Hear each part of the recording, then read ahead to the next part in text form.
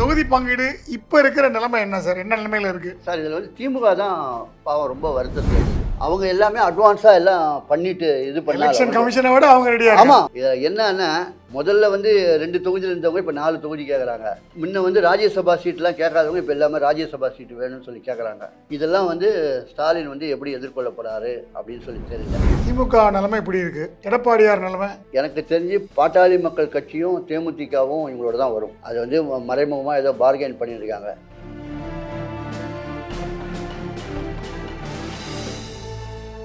இந்த தொகுதி பங்கீடு இப்போ இருக்கிற நிலைமை என்ன சார்? என்ன நிலைமையில இருக்கு சார்? இதில் வந்து திமுக தான் பாவம் ரொம்ப வருத்தத்தில் இருக்குது. திமுக பொறுத்தவரை அவங்க திட்டம் என்னன்னா, இளைஞரணி மாநாடு சேலத்தில் நடக்கும்போது தொகுதி பங்கீடு எல்லாம் முடிஞ்சு வேட்பாளர்கள்லாம் அறிவிக்கணும் அப்படின்னு சொல்லி தான் அவங்க திட்டமிட்டாங்க. ஆனால் வந்து தொகுதி பங்கீடு பற்றி இறுதி முடிவே வர முடியல. அதனால் வந்து இந்த நிமிஷம் இறுதி முடிவு வரல. தேர்தல் நடவடிக்கைகளில் அவங்களுக்கு வந்து இதை வந்து ஒரு தடைக்கல்ல தான் அவங்க பார்க்குறாங்க. எலெக்ஷன் ஸ்ட்ராட்டஜி ஃபார்ம் பண்ணவே முடியல. அவங்கள பொறுத்து எல்லாத்தையுமே குழு அமைச்சாங்க. தொகுதி பங்கீடுக்கு, தேர்தல் அறிக்கைக்கு, எல்லாத்துக்கும். இப்போ வந்து ஒரு வார் ரூமே போட்டாங்க. அதுவும் மாவட்ட ரீதியாக, அதாவது வேட்புமனு தாக்கல் பண்ணவருக்கு என்ன அதுக்கான சட்ட ஆலோசனை, அப்புறம் வந்து தேர்தல் பிரச்சாரத்தின் போது தேர்தல் ஆணையம் ஏதாவது நிபந்தனை வச்சா அதை எப்படி எதிர்கொள்வது, அதுக்கு எல்லாத்துக்கும் மாவட்ட ரீதியாக வாரம். அதாவது அவங்க எல்லாமே அட்வான்ஸாக எல்லாம் பண்ணிட்டு இது பண்ண. எலெக்ஷன் கமிஷனை விட அவங்க ரெடியா. ஆமாம், நீங்கள் சொன்னது கரெக்டு. தேர்தல் ஆணையத்தை விட அவங்க எல்லாமே அட்வான்ஸாக அவங்க எல்லாம் பண்ணியிருந்தாலும், ஆனால் வந்து தொகுதி பங்கீடு வரல. இப்போ இதுவரை எல்லா கட்சிகளும் தொகுதி பங்கீடு பற்றி பேச்சுவார்த்தை முதல் கட்டத்தில் பண்ணியிருக்காங்க. என்னன்னா முதல்ல வந்து 2 தொகுதியில் இருந்தவங்க இப்போ 4 தொகுதி கேட்குறாங்க. முன்ன வந்து ராஜ்யசபா சீட்லாம் கேட்காதவங்க இப்போ எல்லாமே ராஜ்யசபா சீட்டு வேணும்னு சொல்லி கேட்குறாங்க.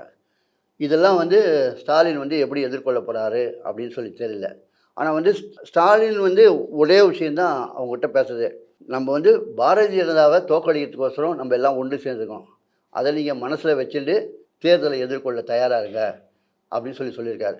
இன்னொன்று இப்போ வந்து இன்னும் 2 வருஷம் சட்டசபை தேர்தல் வரும்போது உங்களுடைய கோரிக்கைகளை சிலதை நான் பரிசீலனை பண்ணுவேன் அப்படின்னு சொல்கிறதா தான் இருக்கிறார் அப்படின்னு தான் அறிவாலயம் வட்டாரத்தில் நான் விசாரித்த அளவுக்கு தெரியுது. அதனால் வந்து இன்னும் ஒரு 10 நாளைக்குள்ளே அவங்க விஷயம் தொகுதி இருக்கா இல்லையா, தேர்தல் தேதி அறிவிக்கிறாங்களே தெரியாது. அவங்க தேர்தல் வேலைக்கு போய்டும். தொகுதி பங்கீடு உங்கள் தொகுதியெலாம் இதுதான், அவ்வளோதான், இதுதான் எங்கள் தொகுதி, நாங்கள் போட்டி போட தொகுதி இது, நீங்கள் போட்டி போட தொகுதி இது, நீங்கள் ஏற்றுக்கிறீங்களோ ஏற்றுக்கலையோ உங்கள் விருப்பம் அப்படின்னு சொல்லி கிட்டத்தட்ட அவங்க அறிவிக்கிற மூடுக்கு வந்துட்டாங்க. இன்னும் 10 நாளில் கண்டிப்பாக அவங்க அறிவிச்சிருவாங்க. இப்போ வைகோ ஒரு பக்கம், திருமாவளவன் ஒரு பக்கம், 2 பேரும் நாங்கள் கண்டிப்பாக எங்கள் சின்னத்தில் தான் போட்டி போடுவோம், உதயசூரியன் சின்னத்தில் இல்லைன்னு சொல்லிட்டாங்க. வைகோ அதை அனௌன்ஸே பண்ணிட்டாரு. அப்போது அப்படி இருக்கும்போது அதுவும் இந்த தொகுதி பங்கீடை பாதிக்கலாம். இல்லை, அவங்க வந்து கேட்கறதுக்கு காரணம் என்னென்னா, தேர்தல் ஆணையம் வந்து ஒரு குறிப்பிட்ட அளவு வாக்குகள் வாங்கினா தான் அந்த தேர்தலில் வந்து அந்த கட்சியை வந்து அங்கீகாரம் பண்ணணும். அதுக்கோசரம் அவங்க கேட்குறாங்க. ஆனால் வந்து திமுக வந்து என்ன சொல்லுது, பிரபலமான சின்னம் இல்லைன்னா நம்ம வந்து வெற்றி வாய்ப்பை இழக்கிறதுக்கான வாய்ப்பு இருக்குது. உங்களுக்கு வந்து உதயசூரியன் வந்து மக்களுக்கு தெரிஞ்ச சின்னம். நீங்கள் வந்து புதுசாக ஒரு பானை சின்னத்தில் வேறு ஒரு சின்னத்தை போட்டி போட்டிங்கன்னா அது வந்து மக்களை போய் அது ரீச் ஆகிறதுக்கு காலதாமதமாகும். அது வந்து தேர்தல் வெற்றியை பாதிக்கும் அப்படின்றது அவங்க வாதம். இதில் வந்து யார் முடிவு செய்ய போகிறாங்க, யார் ஜெயிக்க போகிறாங்கன்னு தெரியல. ஆனால் வந்து நீங்கள் சொன்ன மாதிரி திருமாவளவனும் சரி, வைகோவும் சரி, நாங்கள் தனி சின்னத்தெலாம் போட்டி போட போகிறோம் அப்படின்னு சொல்லியிருக்காங்க. அவங்கள சமாதானம் பண்ணுறதுக்கு எல்லா முயற்சியும் பண்ணுவார். அதே மீறி அவங்க கேட்கலன்னா அவர் சரி உங்கள் விருப்பம் அப்படின்னு சொல்லி விட்டுருவார். திமுக நிலைமை இப்படி இருக்குது, எடப்பாடியார் நிலைமை, அதிமுக. எடப்பாடியார் வந்து எனக்கு தெரிஞ்சு பாட்டாளி மக்கள் கட்சியும் தேமுதிகவும் இவங்களோட தான் வரும். அது வந்து மறைமுகமாக ஏதோ பார்கெயின் பண்ணியிருக்காங்க. அதனால தான் இவங்களுடைய தேமுதிக வந்து என்ன சொன்னாங்க, அந்த அம்மாவே என்ன சொன்னாங்க, முதல்ல அவங்க தான் சொன்னாங்க 14 சீட்டு ராஜ்யசபா சீட் 1 அப்படின்னு சொல்லி. நான் அதெல்லாம் அந்த மாதிரிலாம் பேசவே இல்லை. மாவட்ட செயலாளர் ஏதோ சொன்னதை வச்சு நீங்கள் வந்து சொல்கிறீங்க. நான் அதுதான் இன்னும் தொகுதி பங்கீடு பற்றி எந்த கருத்தும் சொல்லவே இல்லை. நாங்கள் இன்னும் அதை பற்றி முடிவே எடுக்கவே இல்லை. இன்னும் எங்கள் நிர்வாகிகளோட நான் ஆலோசனை பண்ணிட்டு தான் இருக்கேன் அப்படின்னு சொல்லியிருக்காரு. பாட்டாளி மக்கள் கட்சி தலைவர் அன்புமணி ராமதாஸ்னா சொல்கிறாரு, நீங்கள் இஷ்டத்துக்கு வந்து பத்திரிகையாளர்லாம் வதந்திகள்லாம் கிளப்பி விடுறீங்க, இந்த மாதிரிலாம் வதந்தி பண்ணால் நான் உங்கள் மேலே சட்டப்பூர்வமாக நடவடிக்கை எடுப்பேன் அப்படின்னு சொல்லி அவர் ஒரு எச்சரிக்கை பண்ணுறார். ஆனால் வந்து பிஜேபியோட இவங்க 2 பேரும் போகிறதுக்கான வாய்ப்புகள் வந்து கம்மி தான் எனக்கு தெரிஞ்சு. தேமுதிகவும் வாசன் கட்சியை வந்து நீங்கள் சீக்கிரம் வாங்க, இல்லைன்னா உங்களுக்கு கதவு மூடிட்டோம்னு சொல்கிற அளவுக்கு எடப்பாடி சொல்லியிருக்காரு. வாசன் வந்து என்னுடைய கூட்டணி பற்றி அறிவிப்பு வந்து நான் 12ஆம் தேதி அறிவிப்பேன்னு சொல்லி சொன்னார். அவர் வந்து அவரும் நிர்வாகிகள் ஆலோசனை கூட்டம்லாம் போட்டார். நிர்வாகிகள் கூட்டத்தில் 3 ஆப்ஷன் சொல்லி ஒரு பேப்பர் கொடுத்தாரு. பாஜக, அதிமுக கூட்டணி, பாஜக கூட்டணி, அதிமுக தமாக கூட்டணி அப்படின்னு சொல்லி, இதில் உங்கள் விருப்பம் எது அப்படின்னு சொல்லி எல்லா நிர்வாகிகள்ட்டையும் அவங்க கருத்தெல்லாம் சொன்னாங்க. கருத்தெல்லாம் சொல்லிட்ட உடனே இது எல்லாத்தையும் நான் கருத்தெல்லாம் அவங்க அந்த பேப்பர்லாம் வாங்கி வச்சுட்டு, சரி இதெல்லாம் நான் பார்த்துட்டு யாரோட கூட்டணி தான் நான் முடிவு பண்ணுறேன் அப்படின்னு சொல்லிட்டார். பாஜகவோடவா அதிமுகவோடவான்றதை சொல்லலை. காரணம் வந்து அவரே வந்து டயலமோல தான் இருக்கார் போல தெரியுது. யார் கூட போகிறது அப்படின்னு சொல்லி தெரியல. அவருடைய ராஜ்யசபா வந்தால் இது எந்த பதவியும் முடியுது. அதனால தான் இந்த வாட்டி வந்து நட்டா வந்தப்போ அவர் போய் பார்க்கல. அது என்ன காரணம் அப்படின்னு சொல்லி தெரியல. நட்டாவோட தமிழக விசிட்டு அவர் ரொம்ப மேடையிலே அவர் ரொம்ப வருத்தமாக, நான் வரும்போது லைட்லாம் ஆஃப் பண்ணி வச்சுருந்தாங்க, ப்ராப்பராக இல்லைன்னு மேடையிலே சொல்லியிருக்காரு அவர். அதாவது தமிழகத்தில் மற்ற கட்சிகள் எங்களை நடத்துகிற விதம், இல்லை மத்திய அரசுலேருந்து வர்றவங்களை நடத்துகிற விதம் அவ்வளோ வரவேற்கத்தக்கதாக இல்லைன்னு சொல்லியிருக்காரு. ஸோ அவருடைய அதிருப்தி அவர் வெளியில் காமிக்கிறாரா? இது வேறு எதுக்கான அடிப்படையா?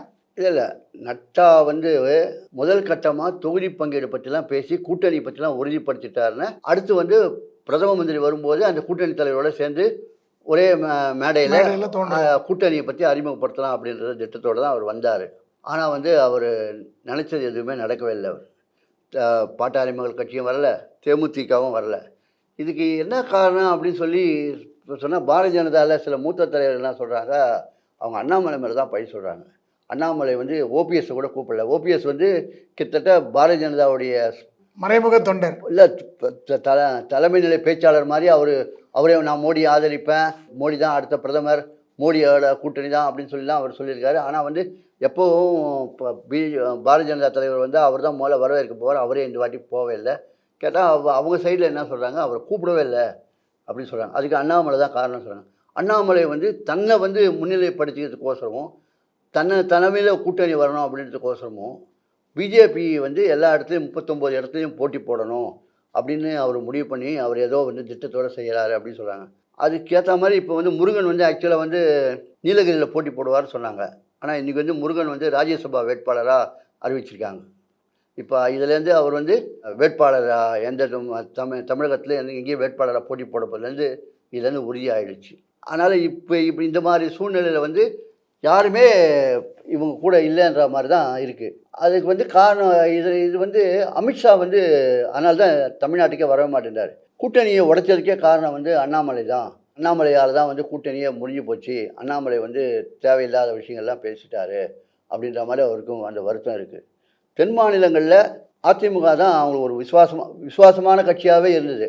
இப்போ அதை வந்து அவங்க இழந்துட்டு இப்போ அவங்க எடப்பாடி என்ன சொல்கிறாரு, எந்த வதந்தியும் நம்பாதீங்க, மறுபடியும் அதிமுகவோட கூட்டணி என்ற அதிமுக பாரதிய ஜனதா கூட்டணி என்ற பேச்சுக்கே இடமில்லை அப்படின்னு சொல்லிட்டார். அந்த அளவுக்கு அண்ணாமலை வந்து அதிமுகவை கொண்டு போயிட்டார். அதனால் இப்போது இந்த நடந்த விஷயங்கள்லாம் பார்த்தா கண்டிப்பாக நட்டா வந்து ஒரு அதிருப்தி மனநிலையோடு தான் திரும்பி போயிருக்கு. அது உண்மை. அதாவது அன்றைக்கி காலையிலேயே வந்துட்டு காட்டாங்குளத்தில் ஒரு தனியார் பல்கலைக்கழகத்தை 4000 நிர்வாகிகளோட ஒரு சந்திக்கிறதா இருந்தது. அதுக்கப்புறம் இரவு வந்து கூட்டணி கட்சி தலைவர்களோடலாம் பேசுகிறதா இருந்தது. ஆனால் அது எதுவுமே நடக்கவே இல்லை. அந்த பொதுக்கூட்டம் நடந்ததுடனே அந்த பொதுக்கூட்டம் முடிஞ்சு நேராக வந்து விமான நிலையம் போய் டெல்லிக்கு போயிட்டார்.